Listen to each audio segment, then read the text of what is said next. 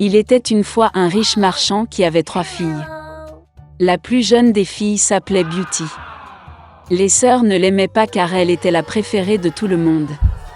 Un jour, le père allait se rendre en ville et demanda à ses filles quoi apporter en cadeau.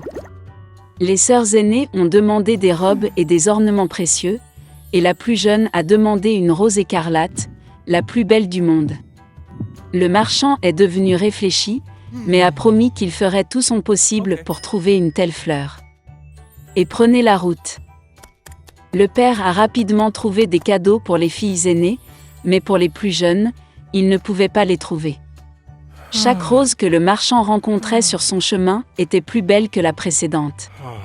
Partout où il regardait. Et puis la route l'a conduit dans une forêt dense.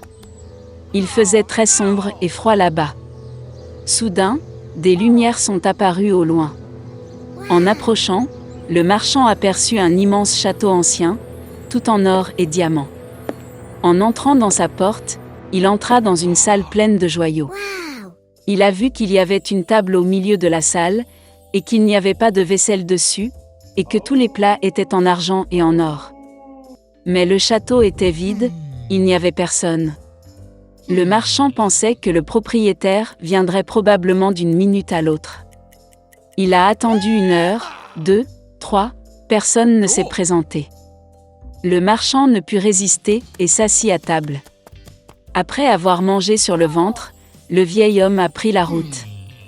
Conduisant le long de la ruelle, le marchand aperçut un rosier d'une beauté sans précédent et se souvint de la demande de sa plus jeune fille. Il a conduit et a choisi la plus belle rose. Au même moment, la foudre a éclaté, le tonnerre a frappé, il y a eu un rugissement, et il s'est levé, comme hors du sol, devant le marchand et non pas une bête ou un homme, mais une sorte de monstre, terrible et poilu.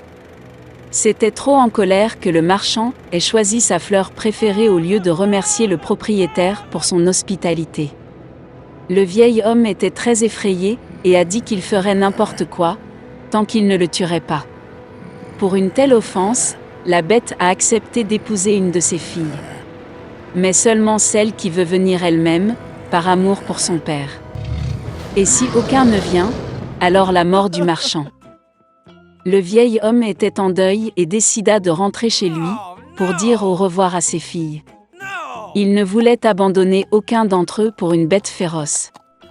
Je suis monté à cheval et je suis rentré chez moi. Ayant rencontré les enfants, il a fait des cadeaux à tout le monde et a raconté ses aventures. Les sœurs aînées se sont jetées sur la plus jeune, disent-ils, c'était de sa faute, elle a commandé une fleur pourrie, pour laquelle le père doit maintenant payer de sa vie. À quoi la belle a répondu qu'elle irait volontiers vers la bête au lieu de son père. Et ainsi, le lendemain, la beauté a pris la route. Le cheval a rapidement retrouvé le chemin du château. En entrant dans la salle, elle trouva une table avec des vins et des plats exquis. La belle pensait que la bête voulait la manger, alors elle la nourrit. Dès qu'elle dîna, il y eut un rugissement, et un monstre terrible et poilu apparut, comme sous terre. Et la bête a dit à la belle que puisqu'elle est venue elle-même ici de son plein gré, cela signifie qu'elle a bon cœur. Et donc le monstre sera également gentil avec elle. Et avec ces mots, la bête a disparu. Se réveillant le matin, Beauty a décidé de se promener. En entrant dans l'une des pièces, elle vit une inscription sur la table. « Tout ce que la belle veut, je le ferai. » La fille pensait qu'après tout, le monstre était gentil et qu'il ne le mangerait probablement pas. Ils ont donc vécu longtemps, la bête a très bien traité la beauté et a comblé tous ses désirs. Un jour, la fille a rêvé que son père était malade. Elle voulait vraiment lui rendre visite. La belle a demandé en larmes à la bête de la laisser partir, et a promis qu'elle reviendrait certainement.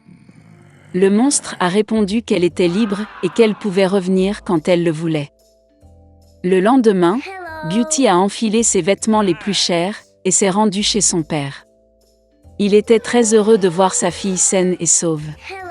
Ses sœurs accoururent et virent qu'elle était devenue encore plus belle, et même habillée en reine. Une semaine plus tard, La belle a rêvé que la bête était allongée sur l'herbe dans le parc et mourait. Elle s'est réveillée avec horreur et a décidé de revenir d'urgence et de le guérir. Quand la fille s'est approchée du château, elle a vu le corps sans vie de la bête sur l'herbe. Son cœur se brisait de pitié. La beauté se précipita vers lui avec des larmes et l'embrassa. Et au même moment, la foudre a éclaté, le tonnerre a frappé, tout le château était illuminé d'une lumière vive et de la musique jouait partout. Le monstre disparut, et à sa place le prince le plus charmant gisait sur l'herbe. Il a dit à Beauty que cette fée maléfique l'avait ensorcelé et l'avait transformé en monstre jusqu'à ce qu'une belle jeune fille tombe amoureuse de lui et veuille se marier. La beauté lui tendit la main et ils allèrent au château. Le lendemain, la belle et le prince se sont mariés et ont guéri heureux pour toujours. C'est ainsi qu'un bon cœur peut briser un mauvais sort. Il était une fois un vieil homme et une vieille femme dans une petite maison à l'orée de la forêt. Tout dans leur vie se disputait, une seule chose manquait, le vieil homme et la vieille femme n'avaient pas d'enfants. Une fois, le vieil homme a demandé de faire cuire un pain d'épices en forme de petit homme. La vieille femme a regardé dans la grange, et il n'y avait presque plus de farine. Elle a pris un bol, l'a frotté le long de la boîte, l'a brossé le long du fond, et une poignée de 2 poignées environ a été recueillie. La vieille femme pétrit la pâte sur de la crème sûre, et quand elle roula le pain d'épices sur la table, elle le prit et le fit en forme de petit homme, avec des bras, des jambes, avec une tête. Et mettez-le au four. Au bout d'un moment, la vieille femme vint voir si le pain d'épices était cuit, le prit et le mit sur la fenêtre pour qu'il refroidisse. L'homme en pain d'épices s'est refroidi, s'est allongé, s'est couché, mais s'est soudainement levé, et a couru aussi vite que possible hors de la maison, de la fenêtre au banc, du banc au sol, à travers le sol et aux portes, a sauté par-dessus le seuil du porche à la cour, de la cour à la porte, de plus en plus loin. La vieille femme appela son mari, et ils se précipitèrent tous les deux après lui. Mais ce n'est pas si facile d'attraper le bonhomme en pain d'épices. Maintenant, il a déjà atteint le champ où les paysans battaient leur récolte. Passant en courant, le bonhomme en pain d'épices leur a crié qu'il avait déjà fui la vieille et le vieil homme, et qu'il les fuirait facilement aussi. Les paysans l'ont entendu et ont couru après lui. Mais, peu importe la vitesse à laquelle il courait, ils ne pouvaient pas le rattraper. Un bonhomme en pain d'épices a couru jusqu'au champ où les tondeuses tondaient l'herbe. Passant en courant, il leur a crié qu'il s'était déjà enfui de la vieille femme, du vieillard et des paysans, et il les fuirait facilement aussi. Les tondeuses ne pouvaient pas supporter un tel ridicule, tout le monde se précipita après le bonhomme en pain d'épices. Ils courent aussi vite qu'ils le peuvent, mais ils ne peuvent pas rattraper. Et vers le petit homme, la vache marche, il lui a crié qu'il s'était déjà enfui de la vieille femme, du vieil homme, des paysans et des faucheuses, et qu'il la fuirait facilement aussi. La vache s'est fâchée et s'est aussi précipitée après le bonhomme en pain d'épices. Seulement, il ne peut pas rattraper. Et un cochon le rencontrait. Le petit homme a crié qu'il avait déjà fui la vieille femme, et le vieillard, et les paysans, et les faucheuses, et la vache, et il la fuirait facilement aussi. Un cochon hurla et courut après. Seulement, elle ne put rattraper son retard, elle était trop grosse. Un bonhomme en pain d'épices court le long de la route et un lièvre le rencontre. Le petit homme a dit qu'il s'était déjà enfui de la vieille femme, du vieillard, des paysans, des tondeuses, de la vache et du cochon, et il le fuirait facilement aussi. Le lièvre entendit cela et courut après lui. Il ne peut pas non plus rattraper le petit homme, seul le lièvre l'a vu.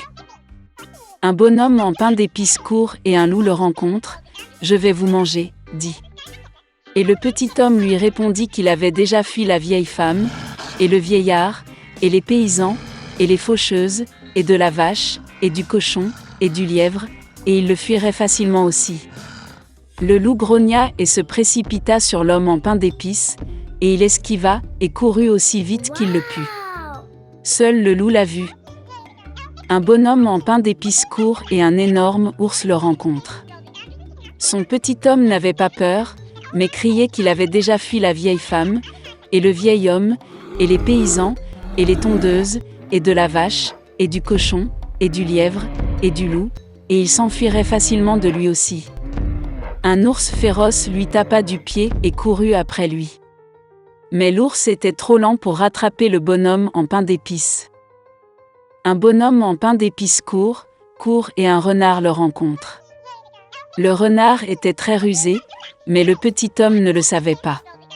C'est pourquoi, par habitude, il se mit à crier qu'il avait déjà fui la vieille femme, et le vieillard, et les paysans, et les faucheuses, et de la vache, et du cochon, et du lièvre, et du loup, et de l'ours, ce qui signifie il la fuira facilement aussi.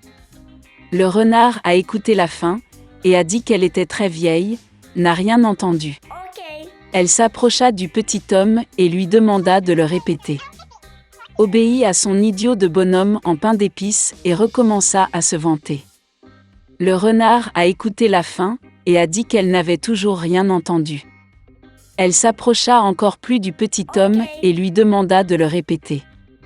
Le bonhomme en pain d'épices a accepté, et alors seulement il a recommencé, alors que le renard se jetait sur lui et mangeait. Et le bonhomme en pain d'épices ne se vantait plus.